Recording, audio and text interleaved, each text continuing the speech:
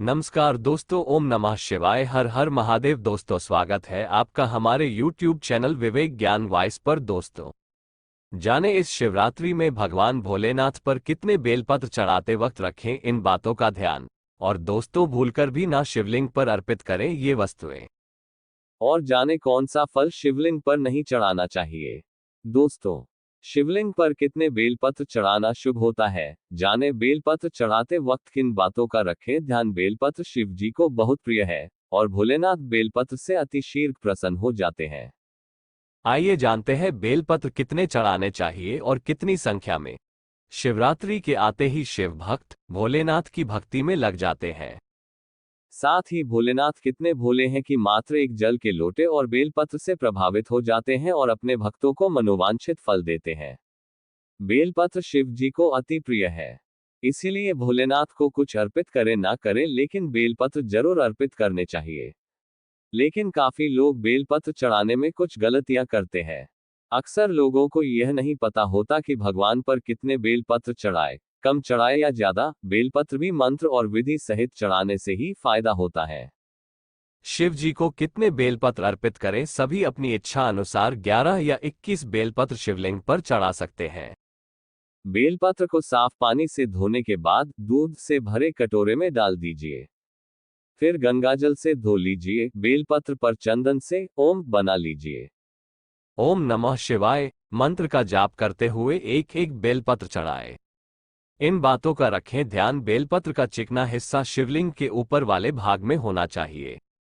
बेलपत्र में चक्र और वज्र नहीं होना चाहिए, ऐसे बेलपत्र खंडित माने जाते हैं। बेलपत्र की पत्तियां कटी या फटी नहीं होनी चाहिए। कुंडली विश्लेषक डा अनीश व्यास ने शिवलिंग पर बेलपत्र चढ़ाने का लाभ के बारे में भी बताया है। ऐसा माना जाता है कि भगवान भोलेनाथ बहुत ही जल्दी प्रसन्न हो जाते हैं, लेकिन जो भक्त भगवान भोलेनाथ की पूजा करते समय उन्हें बेलपत्र अर्पित करता है, उसको बहुत लाभ होता है। महाशिवरात्रि पर भगवान शिव को जो भक्त बेल अर्पित करते हैं, उनकी धन संबंधी समस्याएं दूर हो जाती हैं। इसके साथ ही जो पति पत्नी एक साथ महाशिवरात्रि के दिन भगवान शिव पर बेलपत्र चढ़ाते हैं, उनका वैवाहिक जीवन सुखमय बनता है। साथ ही संतान सुख की प्राप्ति भी होती है। सिंदूर, हल्दी, तुलसी दल। जाने महाशिवरात्रि के दिन शिवलिंग पर क्यों नहीं चढ़ाते ये चीजें। महाशिवरात्रि के दिन शिवजी का विवाह भी इस दिन माना जाता है। महादेव की उपासना से व्यक्ति को जीवन में संपूर्ण सुख प्राप्त हो सकता है। इस बार शिवरात्रि का महापर्व 18 फरवरी को मनाया जाएगा। क्या आप जानते हैं कि भगवान शिव को कभी भी सिंदूर, हल्दी या तुलसी दल नहीं चढ़ाए। महाशिवरात्रि हिंदू परंपरा का एक बहुत बड़ा पर्व है। महाशिवरात्रि का त्योहार फाल्गुन माह के कृष्ण पक्ष की चतुर्दशी तिथि को मनाया जाता है। शिव जी का विवाह भी इस दिन माना जाता है। महादेव की उपासना से व्यक्ति को जीवन में संपूर्ण सुख प्राप्त हो सकता है।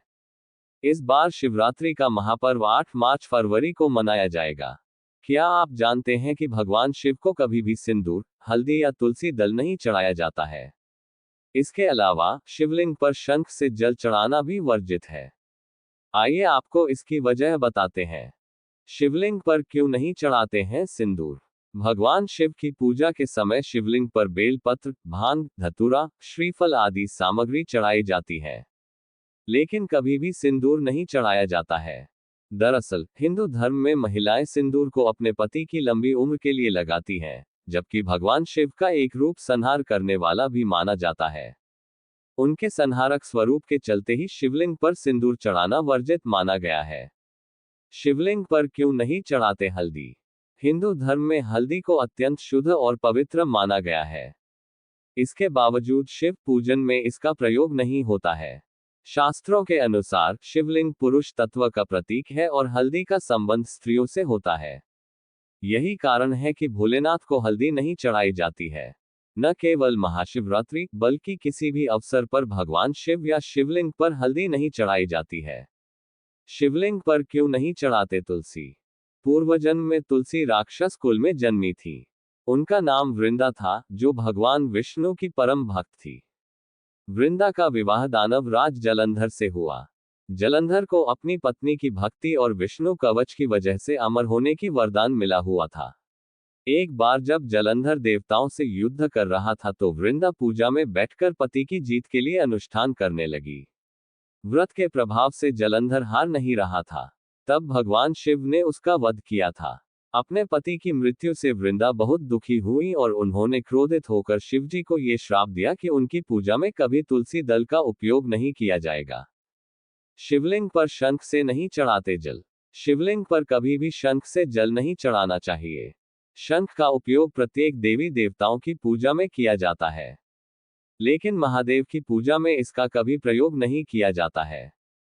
शिव पुराण के अनुसार शंखचूड़ एक महापराक्रमी दैत्य था, जिसका वध स्वयं भगवान शिव ने किया था। इसलिए महाशिवरात्रि पर कभी शंख से शिवलिंग पर जल नहीं चढ़ाया जाता है। ये फल चढ़ाने से नाराज हो जाते हैं महादेव। महाशिवरात्रि की पूजा में शिवलिंग पर भूलकर भी न चढ़ाएं।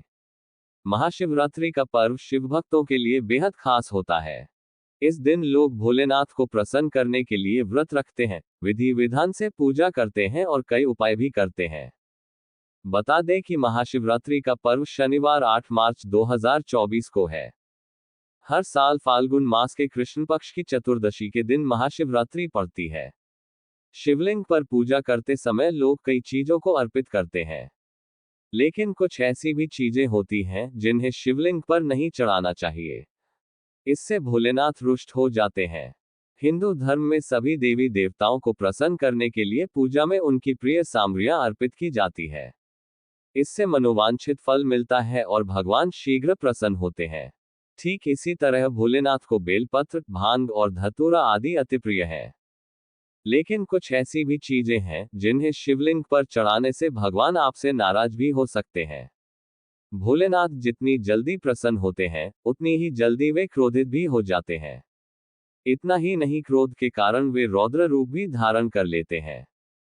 भगवान शिव को पसंद नहीं ये फल। शिवजी की पूजा करते समय शिवलिंग पर बेर, आम, केला, निबोली, बद्री बेर और धतूरे का फल आदि जैसे कई तरह के फल चढ़ाए जाते हैं। लेकिन भूलकर भी महाशिवरात्रि के दिन पूजा करते समय शिवलिंग पर नारियल नहीं चढ़ाना चाहिए और न ही नारियल के पानी से शिवलिंग पर अभिषेक करना चाहिए। इसका कारण यह है कि नारियल को श्रीफल भी कहा जाता है और इसे माता लक्ष्मी का स्वरूप माना जाता है और माता लक्ष्मी भगवान विष्णु की अर्धांगिनी है। वहीं आमतौर पर जब हम पूजा में भगवान को फल चढ़ाते हैं तो उसे बाद में प्रसाद स्वरूप ग्रहण करते हैं। लेकिन शिवलिंग पर जिन पदार्थों से अभिषेक किया जाता है, उसे ग्रहण नहीं किया जाता है। मान्यता है कि यदि नारियल का फल या नारियल के पानी को शिवलिंग पर अर्पित कर दिया जाए तो ये ग्रहण करने योग्य नहीं रहता। साथ ही इससे शिवजी भी रुष्ट हो जाते हैं। शिव पुराण के अनुसार नारियल फल या नारियल के पानी के साथ ही शिवलिंग पर कभी भी केतकी के फूल, तुलसी पत्ता, हल्दी, कुमकुम और सिंदूर आदि भी नहीं चढ़ाना चाहिए। दोस्तों, अगर वीडियो पसंद आया हो तो वीडियो को लाइक करें और चैनल को जरूर कर ले। धन्यवाद।